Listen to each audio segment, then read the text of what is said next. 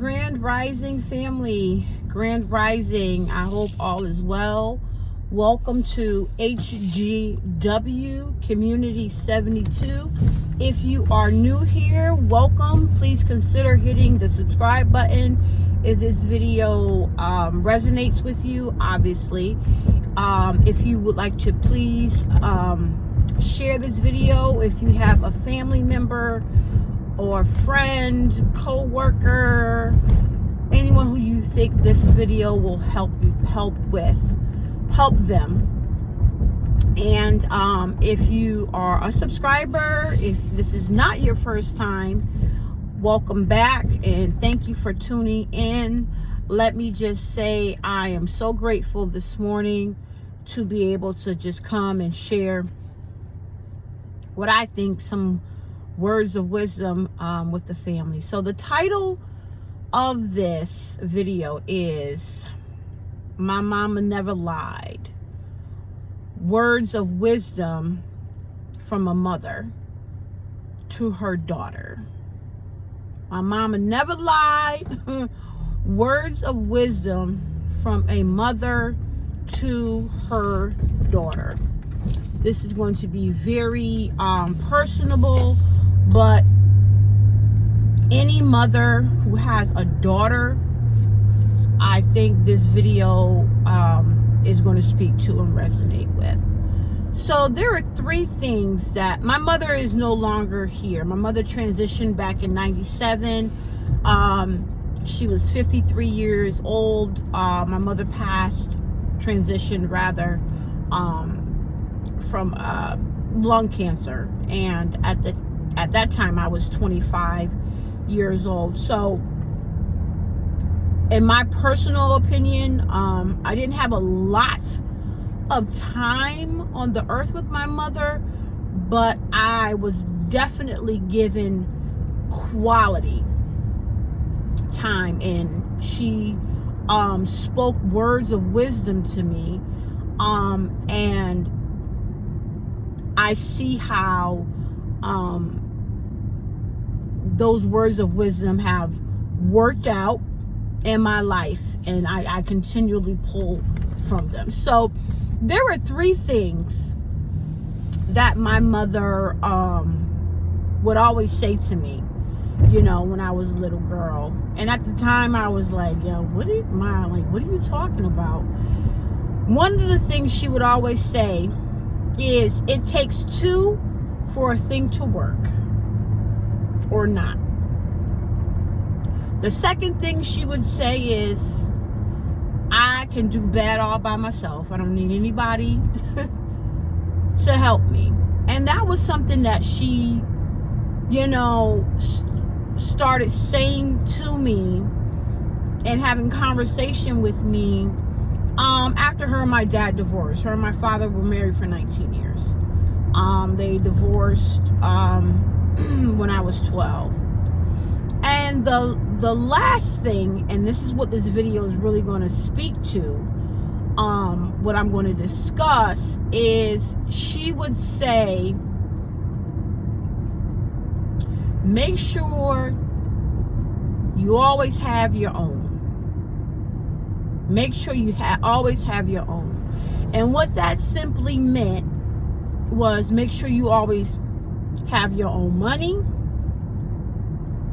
Make sure that your credit is intact. And make sure you always have your own bank account. So that if you need to move, if your husband and you don't work out, you divorce, you're going to be all right. And my mother spoke to that a lot, even when I was younger. So one of the ways in which my mother set me up, because it was my brother and myself, and of course my dad, until my parents divorced in the household.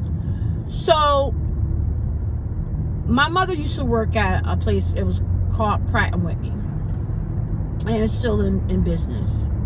All of my life my mother worked at Pratt & Whitney. When my mother passed, she had 32 years in at Pratt & Whitney. You Her position was a crib attendant. So she was basically like a supervisor, and handing out the parts and the tools for the people to build the engines. My mother never finished high school. This is really important. She never finished high school. She only went to 10th grade. And back then, my mother was born in 44. And so was my dad. But back then, you could come from the South. And my mom was from Georgetown, South Carolina, Gullah Geechee woman. You could move to the North, which a lot of foundational Black Americans did, for a better life. When she moved up here, her and my dad met. And so my mother had a 10th grade education. She obviously got, like a lot of foundational Black American women and men did, they got jobs like in factories up here. Another really a big place where a lot of people worked up here was Colts Firearms. So my mom was 5 of 6 children. My grandparents had 5 girls and one son. And so my mother and one of her sisters both worked at Pratt. And I remember my mother getting my brother and I bank accounts at Pratt & Whitney's credit union. And I was probably 7 when she did it. And it's now called American Eagle Federal Credit Union. And I remember her telling me, I opened up this account for you. And she would put a certain amount of money in that account for my brother and myself every week. It wasn't a lot. It added up to be a lot. And she said, don't you ever close this account. You always keep this for yourself.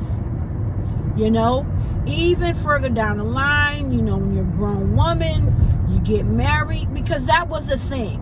The expectation was to get married. Foundational Black American people, for us, marriage, the institution of marriage between a man and a woman, is a real thing. But she told me, further along down the line, you become a woman, you get married, don't you ever close this account. You always make sure that you have something for yourself. Because if things go to the left between you and your husband, you're going to have something for you and your children. And fast forward, I'm now a young 20-something-year-old woman in the United States Marine Corps. Not living in the state of Connecticut, where I was born and raised. My ex-husband, first husband, because I've been married more than once, and I were stationed different state. And marriage, I think we were maybe 2 years into the marriage, and marriage was not going that well. And we were young. I mean, literally, my first marriage, I got married literally right out of high school, went into the military, and we were just extremely young. And so anyhow, my mom, I would talk to her every Sunday, and when things started going left, concerning my first marriage, she would say to me, you still have that account? Yes, Mom. You still putting money in the account? Yeah, Mom. Okay. Let's go all the way forward. My mom, like I said, passed when I was 25. So my last marriage, final marriage, my mother had been gone, but got married in 2010, recently divorced last year, 2024, so was married for 10 years. Now, ladies, if you have a daughter, you make sure you instill in your daughter to keep her independence. You know, keep her independence. Regardless, you get married, you get in a long-term relationship, you make sure that, in the words of my mother, if things go to the left, you're able to stand and take care of yourself. And so, got married in 2010, and obviously I'm divorced. And but right from the beginning, and I don't know what it is. Well, yeah, I do know what it is concerning men and them having issues with their wives or their long-term partner continually having their own account. Like, they have an issue with that. And I think that, I know for my ex-husband, looking back, it was about control. So I remember, you know, of course you have these conversations before you get married, you have conversations about, you know, your financial situation, and you know, talk to him about that. And I remember, like, right after you know, we got married, after we, you know, we went away for the weekend, our honeymoon, and when we came back to Connecticut, you know, you get monies and things like that from the wedding and blah blah blah. So I still had my credit union account. Always had it. And, you know, I had a little bit something up in there. And also I still had one of my salons as well. And was also working in the school system. So I had my salon, had employers, but I'm also working in the school system. So, and at the time, I had my own condo, and he had his own single family home. And I remember coming back from the honeymoon, and, you know, we received a nice amount of, you know, money, you know, gifts from our wedding. And I said, well, you know, let's go ahead and let's open up a joint account, because now we're married, right? And he said, well, okay, that's fine, but you need to close your account with the credit union. And I said, no. No, I'm not doing that. And he said, well, if you don't, then we're not going to open up a joint account. And that was a major red flag then, but, you know, hindsight is 20/20, right? But I literally just got married. So I'm like, okay, then I guess we're not opening up a joint account, because I'm not closing my account with the credit union. And so, you know, we kind of, you know, got into a whole debate about that. And make a long story short, we ended up splitting the finances, because he was like, well, then we're not going to open up a joint account, because I wouldn't close my account. Nor would he close his. Nor did I ask him to close his. See the difference? And so let's fast forward. Literally, we were married for 14 years. Literally, I think one of the last efforts, because at this point, I would say 2 years before we divorced. So in 2022, he and I both know that, you know, this thing is winding down. This marriage is coming to an end. It is not in a good way. I remember him saying, you know what?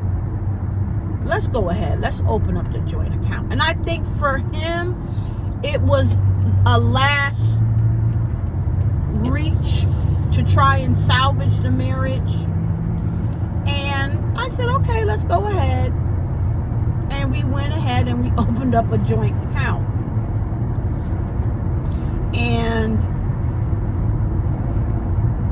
But I still held on to and still have my account. And I really do think that men that have an issue with a situation like that, for them it's all about control. And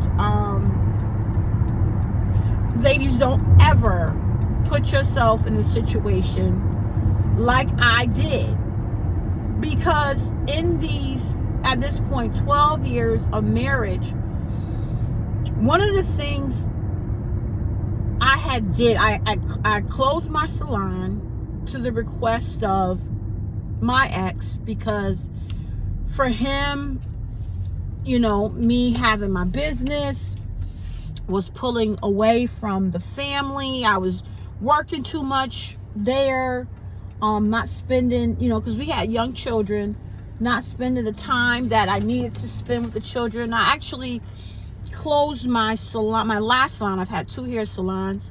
I'm a licensed cosmetologist. I closed my last hair salon in 2020.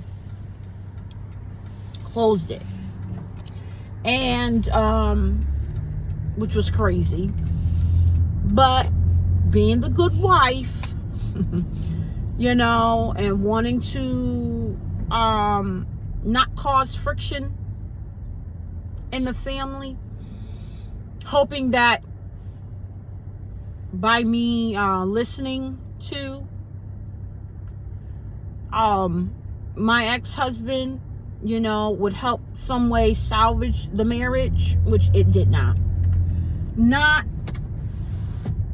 heeding to or listening to what my mother had embedded and spoke to me. But it was always in the back of my mind, like, this is why mommy would say the things that she would say concerning, you know, make sure you always have your own. So if things go left, you'll be able to stand on your own. And so what's interesting, like, in the summer, obviously, I'm not working. In the summer, I am off because there's no, you know, there's no school in the summer. And things for me and my family at the time would get real tense because, you know, those 2 months, my ex-husband would act real funny, you know, towards the finances, you know. And so I remember saying to myself in the summer of 2022, I went ahead and I applied at what's now my part-time job, which is one of the big box stores. And he didn't know anything about it. They called me, obviously they hired me. And I think maybe a couple of weeks, no, like a week before I started, I said, listen, I just want to let you know, I'm going to be working part-time at such and such place. These are going to be the days I'm working. These are going to be my hours. And y'all, he had a fit. He had an outright conniption.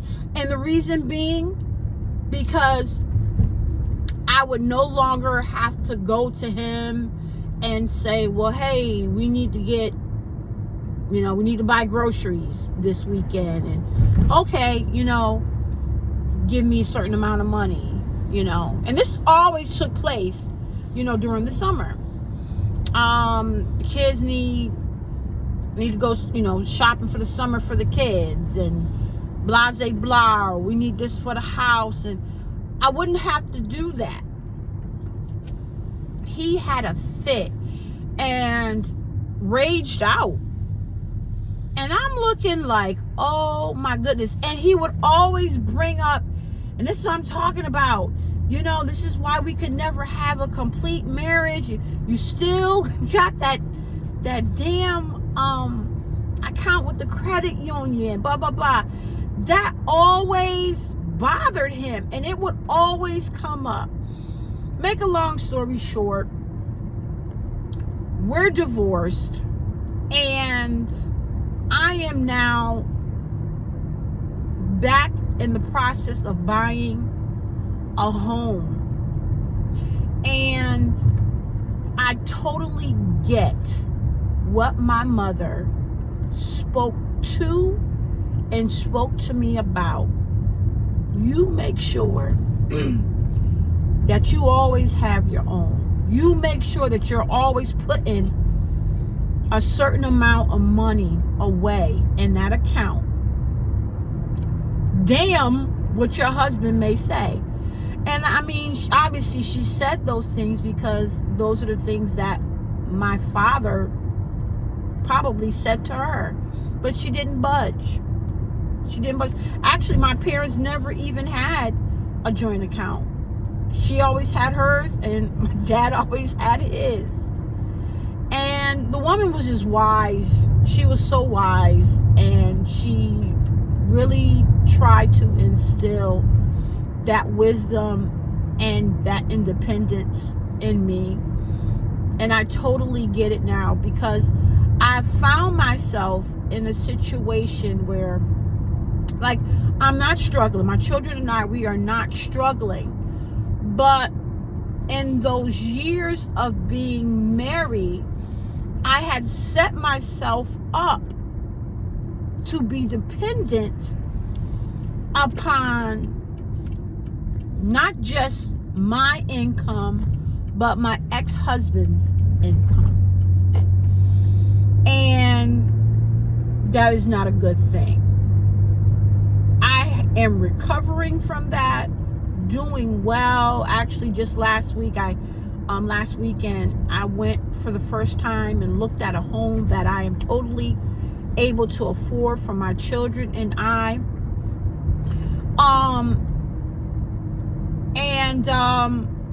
Things are going to work itself out. I definitely have to build back or reestablish my savings, just my financial foundation for my children and I am able to do that. I am doing that. No problem. But my mother never lied. My mother never lied. She spoke into my life, and she definitely gave me a roadmap of what to follow, so that if I ended up in the situation that I did end up in, I would be okay. So ladies, if you're in a relationship, marriage, where the man that you are in the relationship with has an issue with you coming into the marriage, into the relationship with financial independence, and he's trying to take that away from you, that is a major red flag that you need to be aware of. And don't be foolish and gullible about it and feel like you're not a good wife, or you're not a good mate to him or a good partner to him because you say no. I hope this makes sense. So that's what I just wanted to speak to. When you have a mother that speaks words of independence and words of wisdom into your life, take heed, hold on to it, and don't let it go in vain. So, family, that's it. That's it. My mama never lied. She never lied. So listen, family, remember, be great to yourself because you are great. Be great to your family. They deserve your greatness. Be great to your community. Without love, self-love first, we have absolutely nothing. And as always, clarity is key, but without consistency, we have no balance. If this video resonated with you, If you know a woman that is going through a situation similar to what I have been going through, please share, like, and share this video. I would greatly appreciate it. Family, be well.